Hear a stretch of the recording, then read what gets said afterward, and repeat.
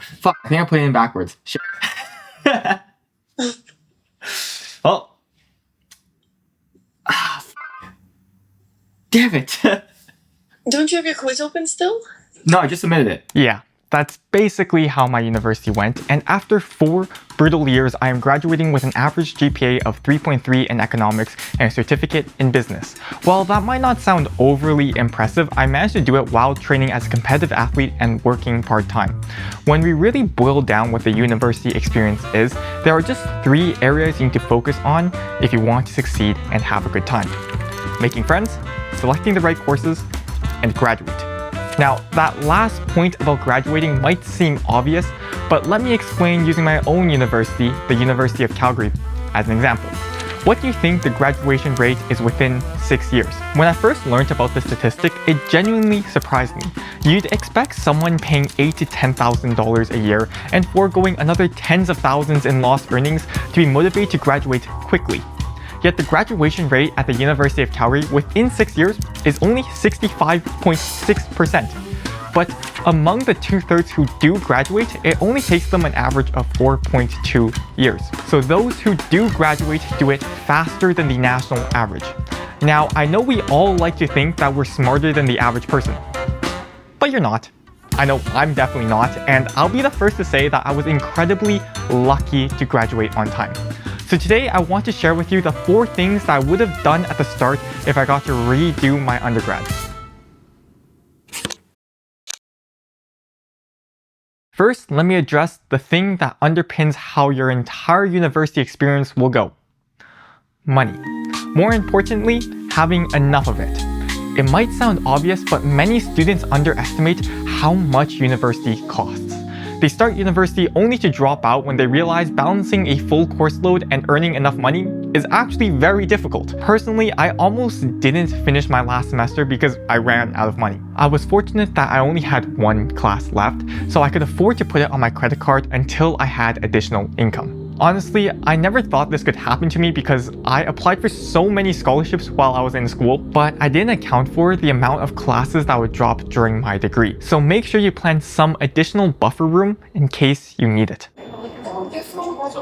Secondly, the most overlooked but critical part of succeeding in university is selecting the right courses and professors. The day you pick your classes is the most important day of the semester.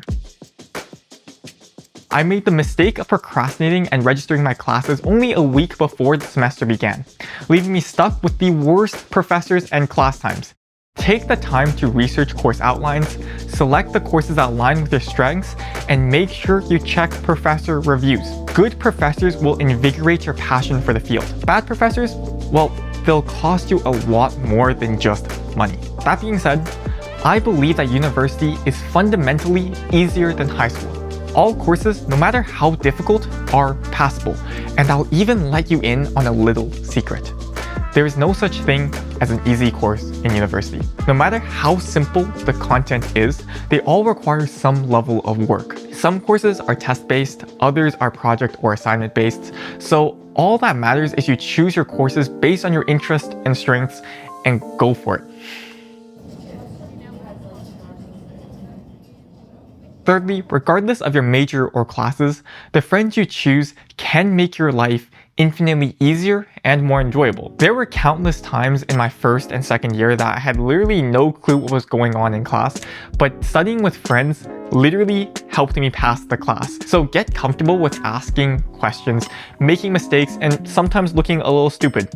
At the end of the day, a productive group study session will speed up your learning dramatically. So how do you actually go about making these friends? Well, basically don't do what I did. Because of COVID, I skipped my welcome ceremony and didn't join any clubs, which were both prime opportunities to meet new people. Orientation is literally the easiest way to meet and make friends because everyone is in the same boat as you, awkward and alone. You will meet a lot of people and only a few of them will stick, but those that stick are the ones that count. Clubs are also a great way to meet people with similar hobbies, giving you an easy conversation starter. By skipping both of those, I literally nerfed my ability to make friends organically.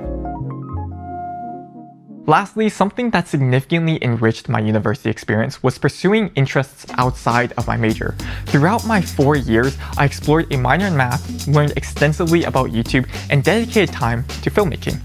While this intense focus on other subjects admittedly made it harder to achieve academic excellence, it also made me a more well-rounded individual. Unless your career path specifically requires a high GPA, it's beneficial to cultivate diverse skills that will complement your main area of study. One final piece of advice: unless you're in a specialized STEM field, your exact major isn't all that important.